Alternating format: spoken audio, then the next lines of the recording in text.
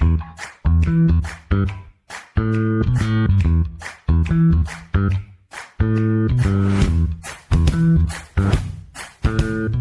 listening to the Common Fan Podcast, a Husker football podcast for the common fan, by the common fan.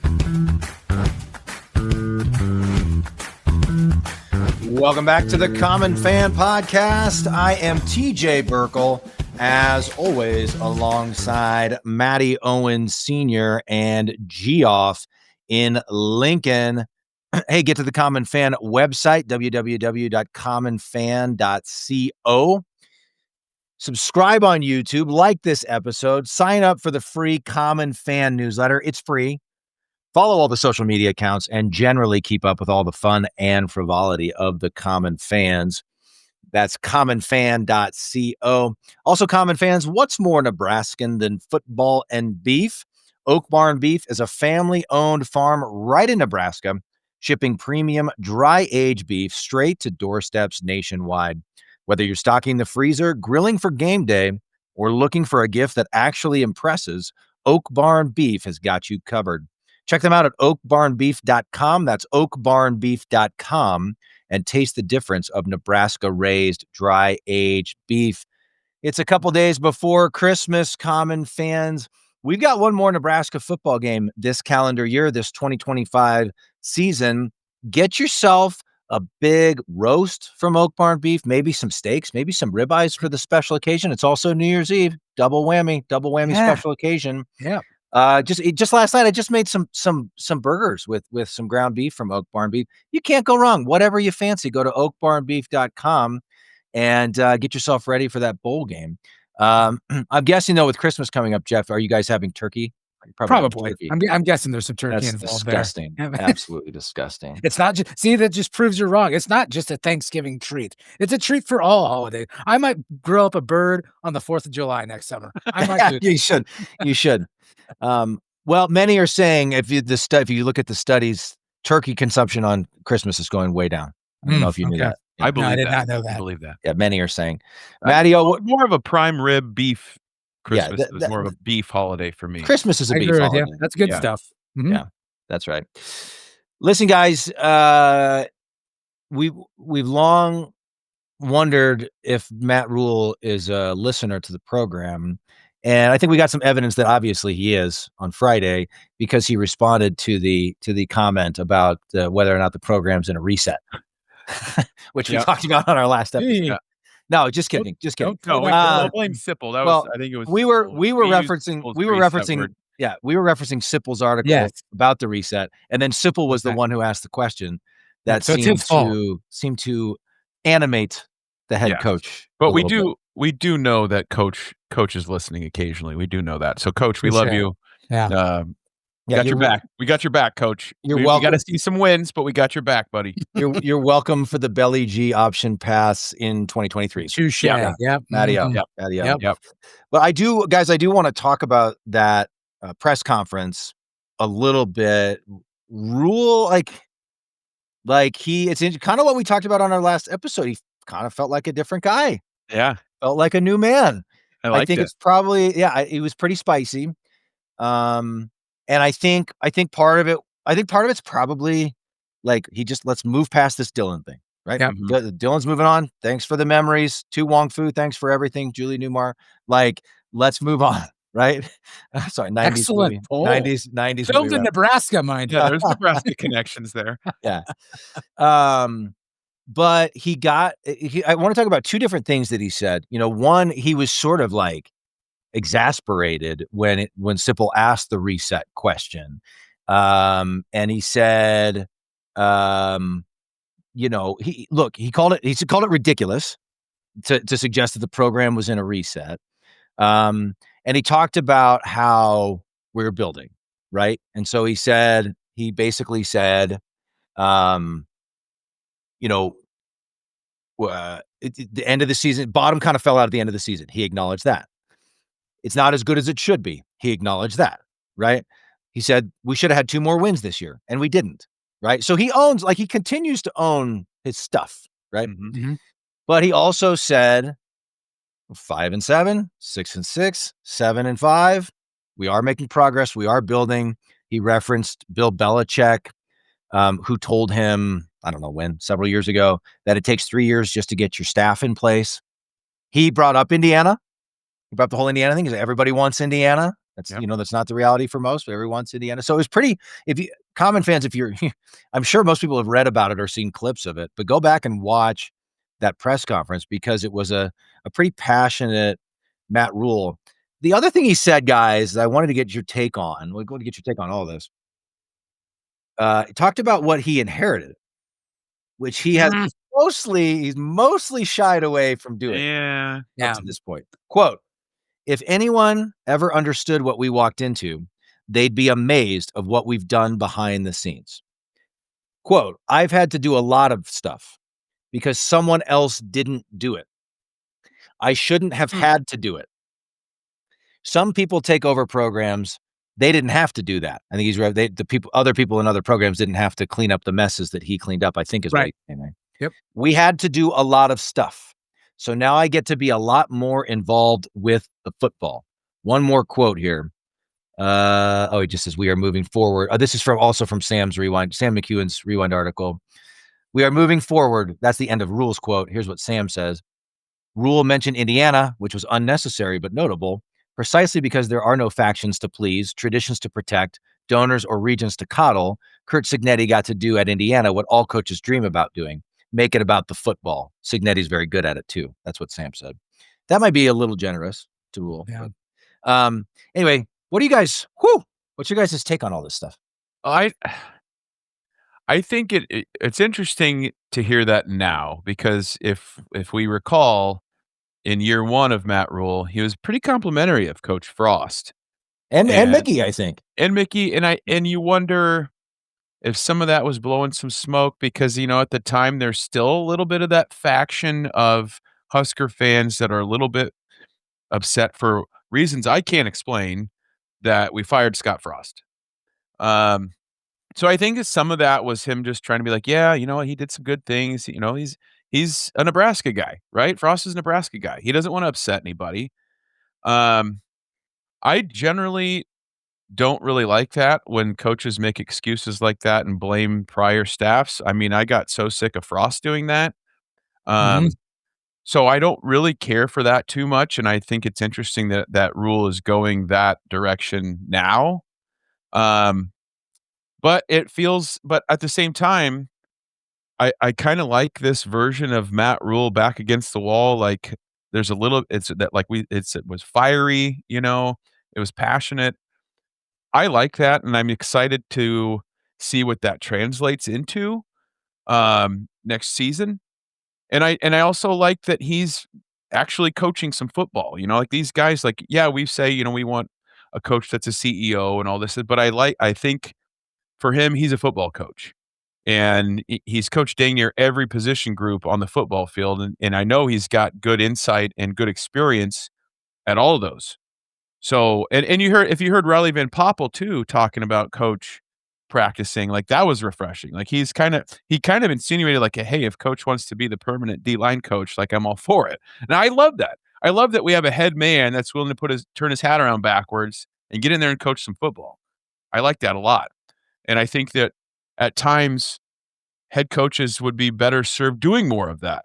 Like I remember when we've referenced it in the past couple of years, talking about special teams. Remember when Pelini took over the special teams, and what a change and a flip that was in the special teams? Like I think it's pretty cool. But again, all this is Matt Rhule is really, really good at the podium. He has been since the moment he got here.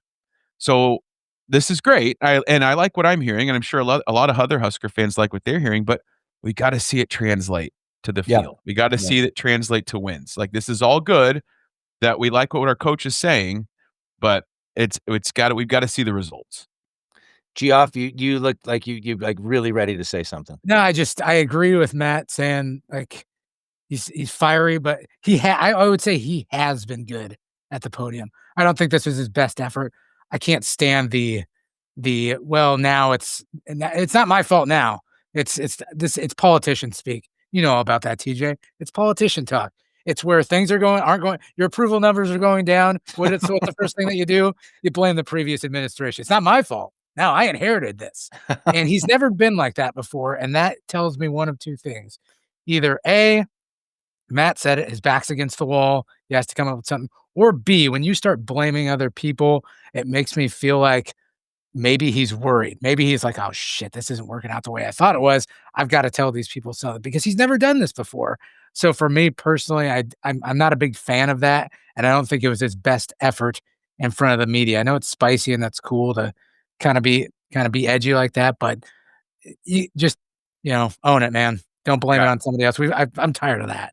Scott Frost did that enough. It's just never a good look. It's funny. No.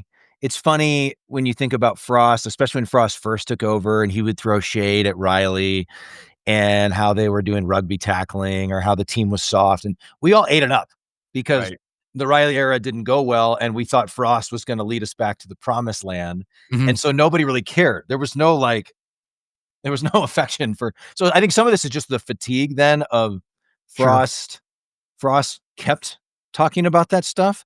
And then he never started winning. And like he would talk, there was always someone else to blame or something else to blame. It felt like with the Frost era. Maybe that's a little bit of revisionist history on my part, but that's how it felt. Yeah. It also made me think of guys like just Rhule in general, like stepping back, just watching his sort of posture, his kind of feistiness on Friday. Nebraska is not the easiest place to win. This is probably like a whole other off-season episode. Yeah. Our greatest sort of attributes as a program can also be challenges for coaches. The fan interest, the fan passion, the obsession, really, the resources that Husker fans put into this program. You hear it all the time, how Nebraska sports media types will say there's 30 or 40 people at a Nebraska football program. There's pro teams that don't covering it, like for various publications, because the interest is there, because we're all willing to pay for X number of subscriptions to whatever. And other pro teams don't have that much. Most college teams don't have that much. That's a good thing. Like that's why that has allowed the program to succeed. But I think there's only certain types of coaches that can win under that sort of intense microscope, intense level of fan passion. I think Rhule is like, I don't think Rhule has shied from it. I think other coaches sort of wilted underneath that intense light. But it just made me think like this guy's like 3 years into this. He agrees, like he's I think it's clear he knows they've left some wins out there on the field the last few years. But he's also like, man, I'm doing everything I can here, people. Like, we're back-to-back bowl games after almost a decade of no bowl games. Like, come on now, people. It's not nothing. Yeah. Yeah. That's funny that you brought that up too. I had that conversation the other day with my dad that the fandom in this state is so intense. And you said it on a previous episode that, Husker fans know their football.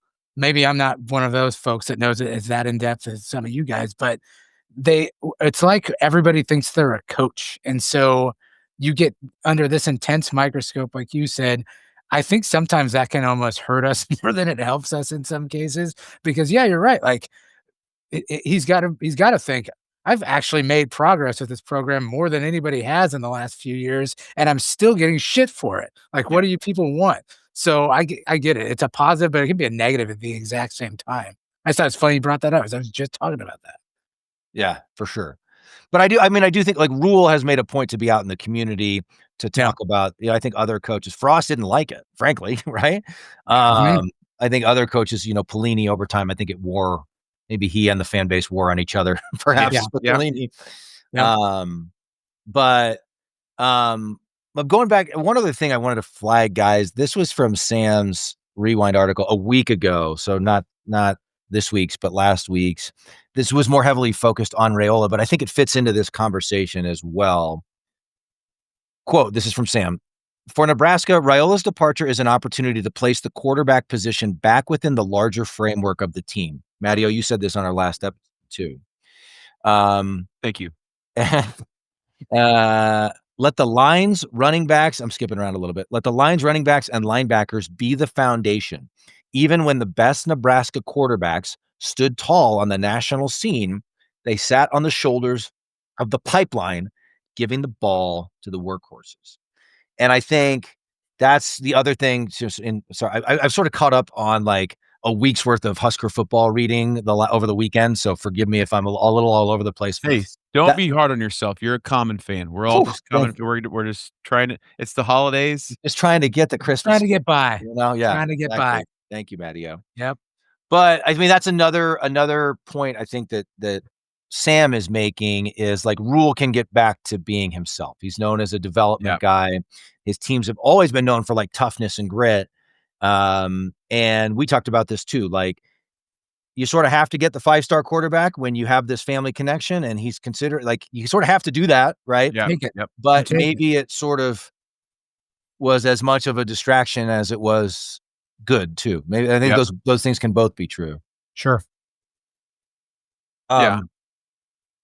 Go ahead, Matty-O. Did you have something there? No, I just think that was an internal concern for me when the Rhule fever started. It was like you can't. You're right. You can't say, hey, this 5-star top 3 in the country quarterback is really interested in Nebraska. And by the way, he's a legacy kid. Yeah. You can't say, you know what, that doesn't really fit with what we want to do. You can't do that. No. You have to take a shot on him. I agree. And see what happens. Well, and imagine 2 Decembers ago when the Rhule smoke started and it was like, this might really be happening. And then imagine if it hadn't happened. Right. And everybody would have been distraught, like you have to go there. The whole fan base was, beyond elated about it. But so I want to pivot now, guys, to that last point about relying on your offensive line, sort of looking at it more in the whole concept of a team. I was thinking about this a lot over the weekend too. So Rhule has hired a bunch of new coaches now, as we all know, right? And I think the hires can tell us a little bit, at least, about what direction he might be wanting to take the program. So I wanted to look a little bit about what these hires might be telling us. Okay. And I want to start on the offensive side of the ball, specifically the offensive line. So we talked about this last week. He's hired Jeep Wade with a G. Love that soft G. Soft G. Love the soft G. There you go. Who was waiting for G up? Jeep Wade, who was Georgia Tech's offensive line coach. Obviously, they fired Uncle Donnie, fired Donovan Raiola, bringing Jeep Wade in to be the offensive line coach. He is considered a very good offensive line coach. Georgia Tech is considered a very good running program. That in and of itself is very encouraging but also pretty straightforward. The other interesting piece of this, sticking with the O-line, is Rhule has also hired Lonnie Teasley to be the run game coordinator. So Teasley was the offensive line coach at South Carolina. From what I've read, he's also considered a very good recruiter, and he's got significant recruiting ties in SEC country, right? So you're bringing in not one, but 2 offensive line coaches from Power 5 programs, right? And one's an O-line coach, one's the run game coordinator. Matty-O's salivating. I can tell. This says to me, I think run the damn ball guy is going to be pretty happy. Yeah. Yeah. Go Matty-O, go. I just got goosebumps. I've just got goosebumps.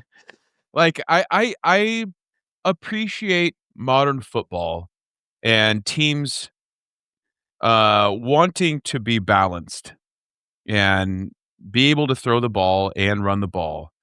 But in the Big Ten, in November, you have to do it. You have to be able to run the ball. And what better way to be able to run the ball in November than if you just do it through the whole damn season? And that's part of your identity. We've talked about Nebraska's identity, especially offensively for the last couple of seasons.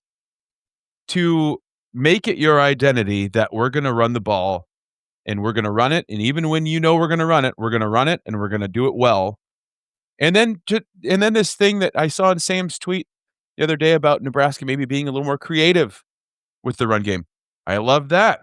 He likened it to Bo Pelini, Barney Cotton. If you remember, it's those common fans that are old enough, Nebraska got really creative in the formations they would be in and running the ball and the different types of misdirection and option game. Like I remember they'd get in this diamond formation with 3 backs or 2 backs, and you'd have 2 of your best running backs on the field at the same time. And then out of that, we would run options, like we'd hand off to Burkhead and then he'd pitch to Abdul or things like that. Being creative in running ball where it's not just, hey, let's line up 2 tight ends and a fullback and smash it at you.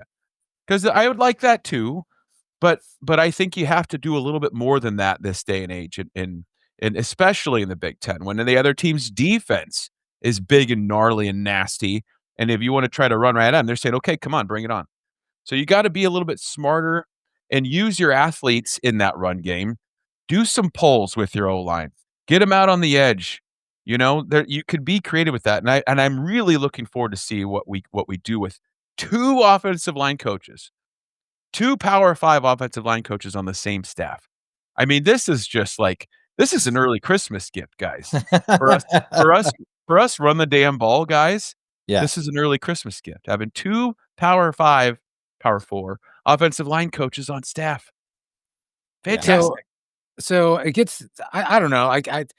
How many coaches are we allowed to have? I mean, for the love of, I didn't even know some of these positions existed. You've got an offensive line coach. There's no limit anymore. There used to be a limit. There's no limit anymore. There's an offensive line coach. Like You've Master got P. an offensive court. Offensive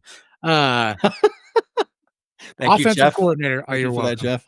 Offensive line coach. Now we've got a running game coordinator. I don't want to rain on anybody's parade, but can there be a point where there's just too many freaking cooks in the kitchen?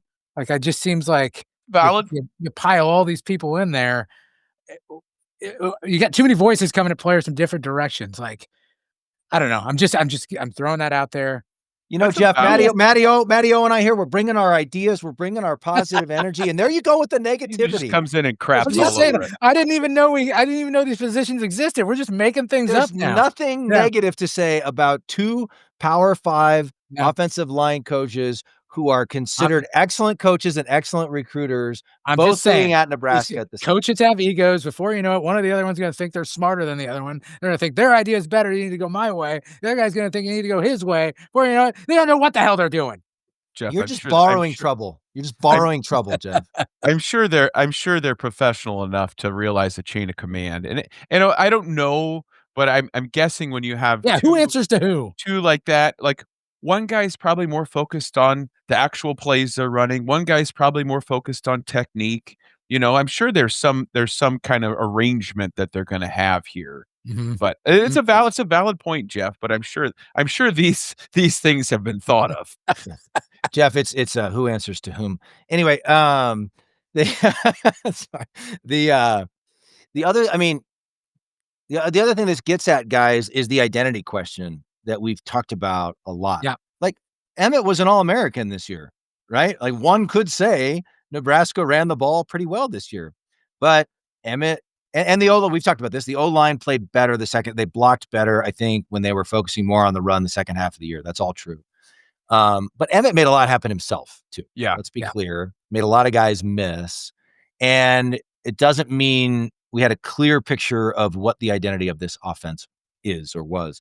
So hopefully this means we have a little more clarity on the power run game. We've said it a million times. We don't have to be that sort of traditional, these teams have beat us, so we have to own that. But the Iowas and Minnesotas, we don't have to just be rock fight, win every game 13-10 because all you do is run the ball. But the best teams, the Alabama dynasties, the Ohio States of the world, the best teams win at the line of scrimmage. Yeah. The best teams can run the ball when they want and need to run the ball. And then hopefully you have enough athletes and playmakers that you can mix it up a little bit and throw it around or do some play action or whatever. It is 2025. You've got to attract high-level talent, and you can't just run the ball 50 times a game, even though some of us would love that. But I think what we're saying, we've said this all along, but it never felt like that was the identity or the priority for the team, right?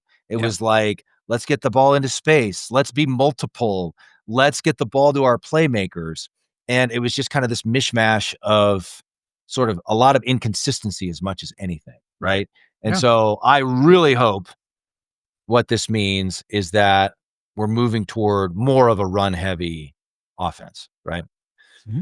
Um, what was I going to say? Okay, no, I was going to say both of those things, and I said them, and now we're going to move on. Okay, great. Well So done. Good job. thank Way you, to steer thank the you. ship, TJ. I'm The proud of you. Thank you. Thank you so much, Jeff. It's Christmas. The kids are running around right outside my door. There's a lot going on here. Get off the shed. Yeah. No, you cannot play more Xbox. Obviously, two other ones, and we talked a little bit about this. Rob Arich is the new defensive coordinator. He comes from San Diego State. And then Roy Manning, he's one we have not talked about yet. He will be the edge rushers coach. Okay, another one. And so, yeah, that's right. Just another assistant. I think, look, everything on the defensive side of the ball is a little bit more of an open question, right? Like, you're taking a little bit of a leap of faith. Arish isn't a guy who has 10 years of coordinator experience. I think he was 1 year at San Diego State, and he flipped the defense pretty dramatically. Yeah. This is one where you have to trust Rhule a little bit. He has to get it right. It has to work. So, I mean, I've seen some commentary on Twitter of like, oh, here we go, another unproven assistant, no Big Ten experience, whatever. Tony White didn't have any Big Ten experience, and his defenses were pretty good, Right. Yeah. And so it's just one, like, the defensive side. I know RH runs a little bit different system, right? And it's been noted that it should match our personnel a little bit better. Specifically, Williams Nwaneri and Keona Davis maybe lining up in the 4-man front. Gotcha. Tony White would always say that's maybe overblown because, yeah, he ran the 3-5-3, 3-3-5, whatever you call it. I'm dyslexic, I guess. But he would always say, like, they would do a 4-man front. They would mix it up. So I think, people mix these things up all the time. I'm not sure as many Husker fans are as big of X's and O's experts as they think they are. Maybe they are. We're not. Let me be clear on that. We're not. I don't even know what you're talking about right now. But I think anyway. Point being, I don't really care what the formation is. It's just got to be better. And I think nobody really knows. RH might be outstanding. There's a handful of coordinate. Dabo Sweeney was Clemson's wide receivers coach who became an interim head coach, and people were probably like, yeah, he's not ready for this. Dan Lanning was a coordinator. There's some coordinators, there's some assistants who have worked out really, really well, and there's others who haven't. And so, and this isn't even, he's not even moving up to head coach. He's just making a lateral move. So I think we can trust Rhule. Phil Snow's here. Like, I think we trust Rhule to figure this out. But the bottom line is, as you said, Matty-O, they've got to show it on the field, and Matt Rhule knows that. Yeah. So we'll have to trust that they can figure this out. Yeah. Well, he went with RH, he went the rising star, up and comer guy instead of like a proven guy. I think the issue in this day and age of college football, you hire a proven guy with experience, he gets Nebraska's defense to ball out for a season or two, probably leaving.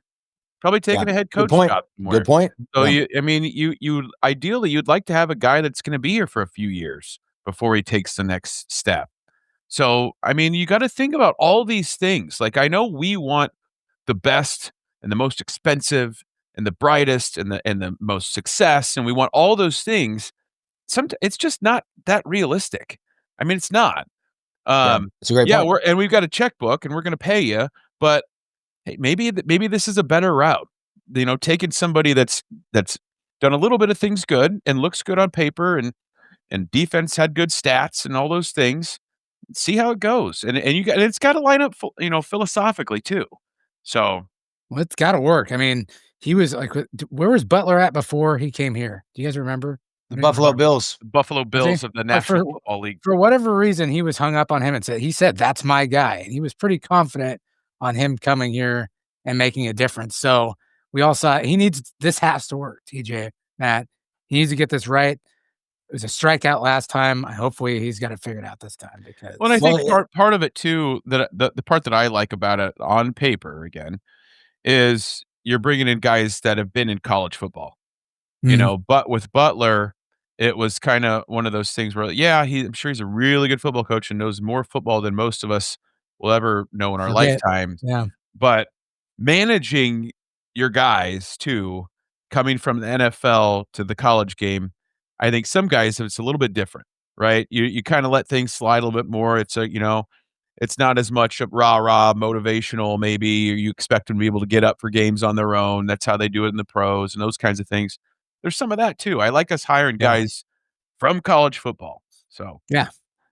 Good point. Well, and I think people forget, not forget, but maybe when like everyone looks at like this guy's history, his background, whatever.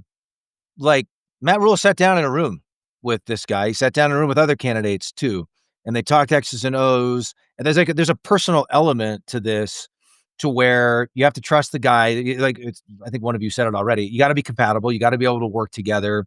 You got to have the same philosophy.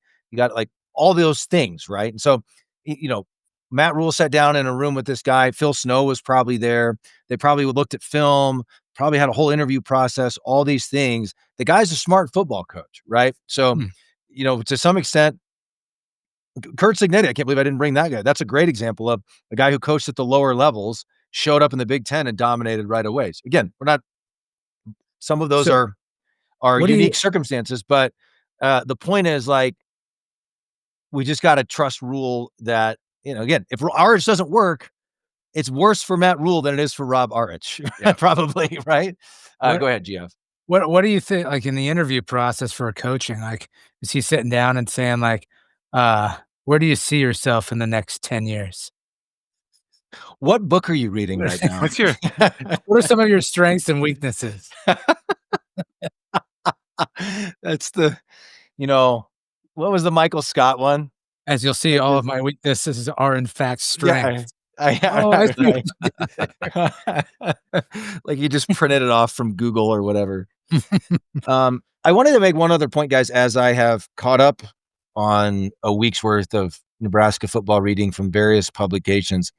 Sam McEwen has stated in 2 different articles twice as fact that play against USC where Dillon got hurt, which was 1st and 10, Nebraska's got the ball. They're up 14-6. It's on the USC 23 or 24, if I recall.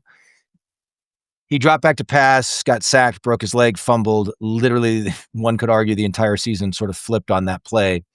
The game flipped on that play. The season flipped, whatever. Mm-hmm. We came in really hard on Dana, or at least I did, for that play call. Sam has not suggested, he has stated as fact twice now that Dillon checked into that play.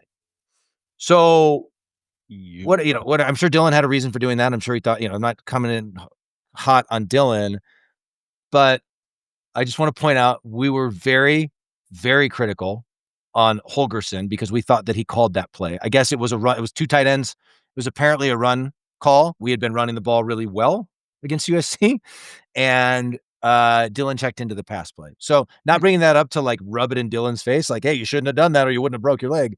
But the point is, like, sorry, Dana, looks like we were wrong on that one. The common fans are big enough to own their stuff when that happens. Yeah. Well, no, Well, I'm glad you mentioned that. Now, I do kind of want to go back. If we can go back, we started talking about defense. I wanted to say this, and it slipped my mind.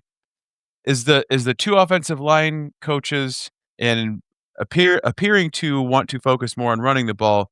Do those things jive with one Dana Holgorsen? Are those things compatible? Yeah. That will be another storyline and be interesting to see from a guy that's definitely leaned more passing in his coaching career. How will those things work together? And again, we know Dana is an offensive mad genius. He's proven that. We can give him that over the years, right? Has it worked as well here as we thought it would? No, but it'll be interesting to see how that goes with, hey, we're going to run the ball more, and we've got an air raid guy as our OC. I'm just saying. Sorry, Dana? Sorry? Is he coming to Christmas this year, TJ? What's going on here? When did you guys become best friends? I'm just saying. Don't apologize for that. Everything's on the table at this point, okay? You know it. I know it. We all know it. There's no apologies. We think what we think. We say what we say.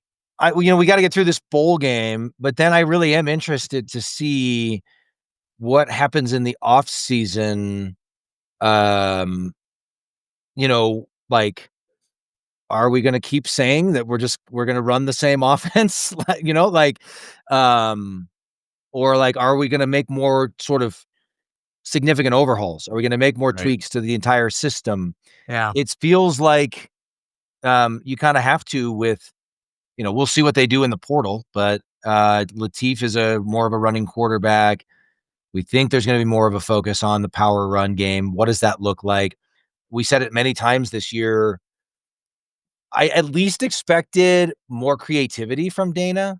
Like they said, clear out, we're going to run the same offense we've been running for 2 years. We just simplified it, made some slight tweaks. But like, and I'm not saying you don't want to get too gimmicky, but against USC against us ran 2 trick plays. One of them got a much needed 2-point conversion for them. And the other one was a, I don't know, got them 30 yards or something, but it was like a little flea flicker or something. Mhm. But it's like, whether it's trick plays or just more creativity, we didn't seem to see a lot of that from Dana. Right. Now, maybe if you're going back to a power run game, I don't know. I guess I'm all over the map here. But the point is, it comes back to a lack of identity. And I'll be really interested to see where it all shakes out, where it all comes down. Because I guess what I'm getting at is, if you just let Dana cook, if you like, I feel like he could figure out whatever. Like if Matt Rhule says we're going to be a run first team, Dana, we're going to run the ball, but you like design it from there, right? Or like, here's the parameters, Dana, but then you come back to me with what you think would work best after now you've had a full season in the Big Ten. Yeah. Mhm. I believe Dana could like come up with something a lot better than what we saw this last season, right? Yeah. And I hope so so. it'll just be interesting to see, like, are they going to say, let's make some more dramatic overhauls, or are they just going to, sort of run it back and say we're running the same Right. thing again? Well, and you would think Dana was given some input on the offensive line hires. Like you don't just hire 2 offensive line coaches and then report to your OC and say, "Hey, you know what? We hired a couple new guys. Let's see how it goes." Like I would imagine he was at least a part of that process or had some input, or they said, "Hey, Dana, what do you think about these guys?" Something. The guys that's calling your plays and running your offense, you want him kind of as a part of that. You wanna have him at Right. least plugged in and be like, "Here's what we're thinking." So, I'm sure he was. There's no doubt there. Yeah, that wouldn't make any sense if he wasn't.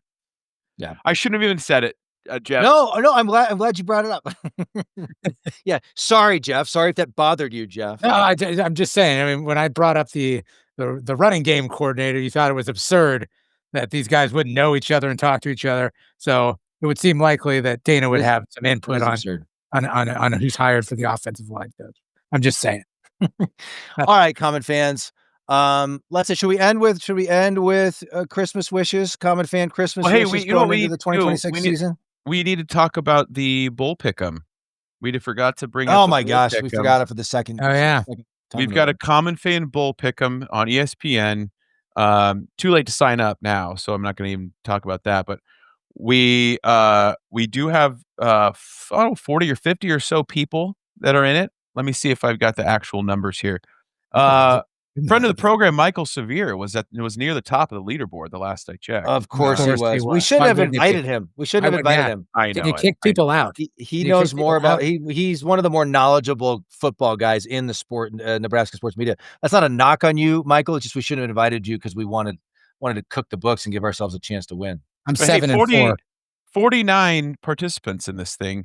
Now, just a reminder, if you're checking the results on ESPN, we did not count the first 3 games. So we've got Oh, We've got some scrubbing to do. an insider of the program, my friend Mark, has volunteered to run a spreadsheet that will have the actual leaderboard. So next episode, maybe we can get an update from Mark and we can report back on the true leaders Oh Common dear. Fan podcast. Mhm. Oh, I dear. myself am not doing well. I am not doing well at all. Both I and my 2 sons are tied for 42nd or worse out of 49 or whatever it was.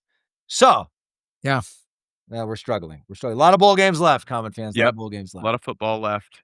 All right, so let's wrap up. And thanks to Mark again. That's so cool that he helped us kind of put that together. We did it kind of last minute too. I want to remember to do this next year with a little more publicity, so to speak. So I thought getting 50 people was pretty dang good. Yeah, on guys, short I'm notice. in 4th place, guys. I'm in 4th. Nobody believes that, Just Jeff. so you guys It's know. all my luck, fourth- Jeff. It's That's all luck. Nobody cares, Jeff. Nobody cares. Um, let's wrap up quickly. It's by the time this comes out, it'll be 2 days before Christmas. First of all, we hope all the Common fans have a wonderful Christmas and holiday season.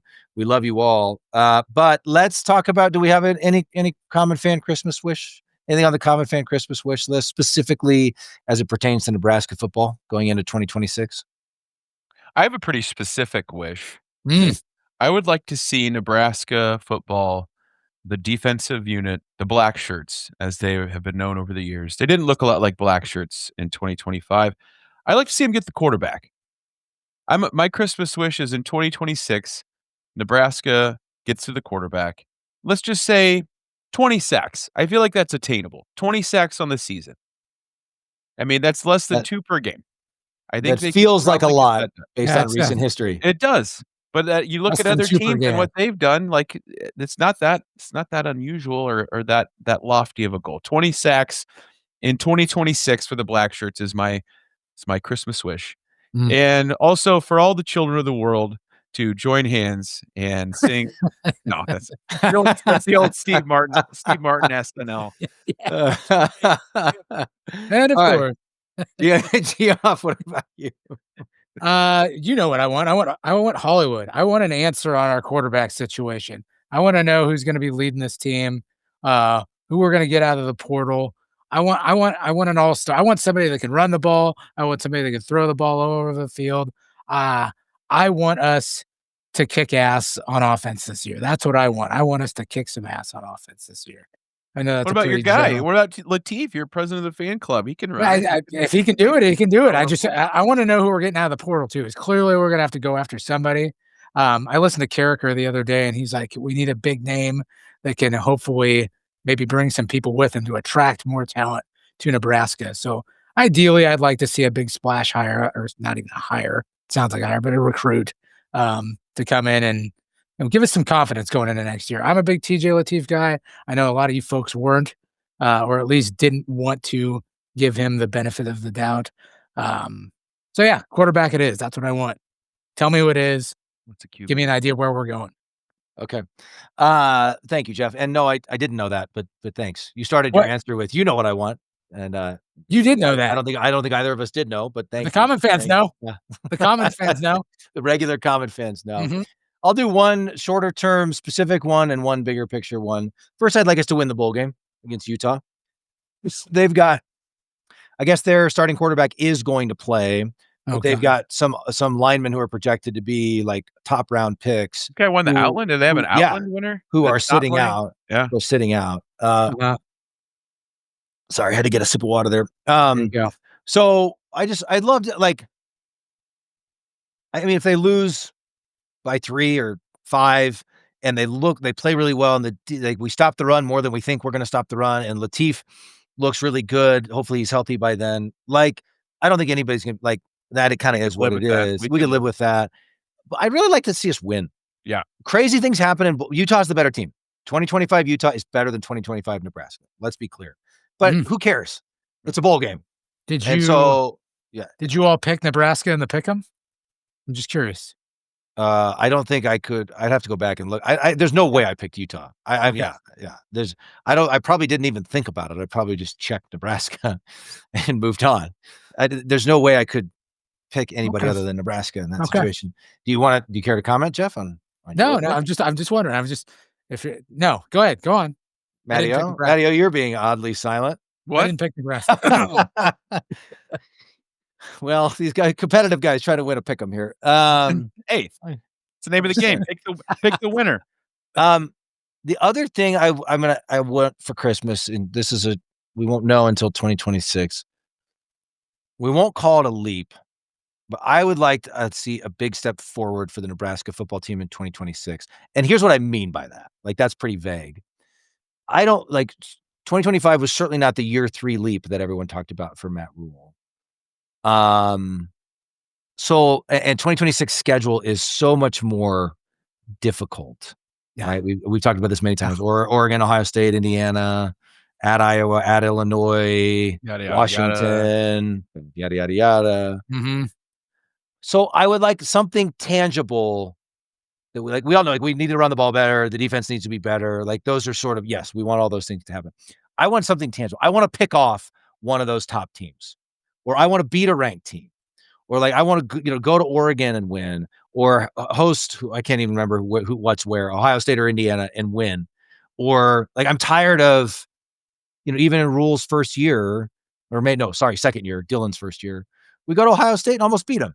Yeah. Right. And like everyone pats themselves on the back and, hey, that's a sign of progress. I'm ready to get over the hump and win one of those. It has happened before. It's college football. It can happen. Right. Sure. So like, I think everyone's expectations are probably pretty tempered going into 2026, given how the 25 season ended and looking at the schedule. But I don't want to just go 6-6 and say we played Oregon and Indiana closely and lost to Iowa on a last second field goal. I want, it's a vague statement, but like, I want something tangible. We beat Iowa at Iowa, beat a top 25 team, like more than one tangible thing, right? Like get over the hump, get to 7 or 8 wins. And in so doing, don't just beat the teams that have, that we're supposed to, or the teams that didn't make bowl games or whatever. Show that you can punch up and play with the big boys, right? Maybe show that year 4, Sam commented that there's 14 third year sophomores, juniors, or seniors. So third year sophomores or juniors or seniors on the offensive line on the roster. I assume if you go through the other positions, there's similar, like you're in year 4 now. You have guys who you recruited who are in their 4th year, Matt Rhule, and transfer portal, all those things. Let's see a leap from some of those guys. Let's see, you know what I'm saying? Like, let's see this thing take off a little bit. Again, not even like a 10-2 leap where, again, we'll all be dancing in the streets if that happens with this schedule. But the point is like something tangible where if we're 7-5 and the wins are the 3 non-cons and Rutgers and Michigan State and, Washington and Illinois, I mean, I don't know. I think people will be happy with that. But like, I want to beat somebody we're not supposed to beat. Yeah. And I want to beat Iowa. And I want to like do a couple of these things that it's been way too long since we've done it. That was so much babbling. And Jeff, you've got something to say. No, I know exactly what you're saying. You want like something that gives us national recognition. Sure, we've made progress from, 5 wins to 6 wins to 7 wins, but nobody outside of the state of Nebraska really knows that. You know what I mean? Like they don't care about that, our day-to-day record. You want something that everybody around the country is going to say, oh, hey, look at what Nebraska just pulled out of their butt last weekend playing against X team. Like, I know exactly what you're saying. There's just something to be proud of that maybe the rest of the world will finally like look at us and say, hey, Nebraska, hey, you did something good for once. Good for you guys. Yeah, but also, Jeff, so with that would come, I think, the feeling that this program is headed somewhere, right? I think in an ideal world where we want Matt Rhule to get this thing is your baseline is what, 8 to 9 wins a year, 7 to 9 wins a year. I'm trying to be realistic with the new world of college football. And then those every now and then, every couple of years, every few years, when it all comes together, you're winning 10 games, you're in the playoff conversation. It doesn't, like, how close does it feel like we are to that point? I know, right. Yeah. I don't know. Nobody knows. Like, it's hard to answer that question right now. Quite honest. So I want to have a season where we go 7-5 or 8-4 when we're not supposed to, right? Like maybe we go 8-4 and beat, Iowa and Washington and Illinois and pick off one of the big guys. I don't know. I'm making this. I didn't even count there, but you know what I'm saying? Like I want it to feel. I want it to feel like, progress. What, we're right there. We're right there of that real progress. 8 to 10 wins a year, sustainably top 25. I'm still not sure you can say we're there. No, I'm sure you can't say we're there the way the season ended. And now we've made another round of firings and hirings, and we'll get another round of guys in the portal. And there's hope and opportunity there, but there's no guarantees there. And so that's what, as you said at the beginning, Mattio, we got to see it on the field. Yep. Yes, indeed. Woo! All right. Truly, madly, deeply, Common fans, we love every single one of you. Merry Christmas to all a good night. Hope everyone has a great Christmas, a great holiday season. We'll be back at you after Christmas, but before the bowl game. We'll have one more episode before New Year's Eve, which is when the bowl game is. Matt, Jeff, any final Christmas thoughts for the common fans? Jeff? Well, Christmas thoughts. Let me think here. I do want to say we've been doing this for a while now. And so thanks to all the listeners. This is my favorite time to do the podcast this time of year. I feel like everybody's in a really good mood. Everybody's feeling really good, up. A lot of people are on vacation. So just all the listeners, enjoy time with your friends and family. Soak it up, so to speak. Enjoy yourselves. And we'll see you before the bowl game. That's beautiful, Jeff. Lovely, Thank you. Jeffrey. Mhm. Yep. Yeah, I want the common fans to have a little perspective this holiday season. It's not all about the material things, as Jeff said. Enjoy your time with your loved ones. We don't know how much time we get, and I love the common fans. I thought of something too. Big fan of the common fans. I thought of one more thing too. It's appropriate, Matteo, that you're alluding to death as we talk about Nebraska's bowl game. Anyway, go ahead, Jeff. Hey, Just never be afraid to opt out of a bowl game either. Common fans. oh If you don't God, feel like playing, All right, he's off the stage, and he's Yeah. not coming back for this episode. no. Um, And Nebraska, we go ahead and play the game. We go That's ahead. right. And You always play the game. We All always right, we'll play let the him game. back in the spirit of Christmas. We'll let him thank back. you. You're back, Appreciate Jeff. that. Thank you. I just had to Never get say that. Hey, that and again. shout out to Nebraska basketball again. Still undefeated. Still They had undefeated. a gutty one last night. It was against North Dakota. It was one of those where you just kind of try to gut it out and get the W, and they did it. That's Yeah. right. So That's right. keep going, Fred and the boys. Love the entertainment you're providing while Keep at it. we figure out what the hell's going on with football. Keep at it, Nebraska ball. All right, common fans, be kind to each other. We'll be back at you soon. Have a very Merry Christmas. In the meantime, as always, GBR for life. Holy moly! Man, woman, and child did that. Put them in the aisles.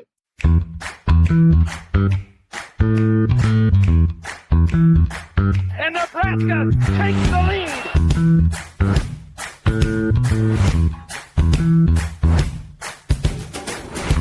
And the national championship is Nebraska's.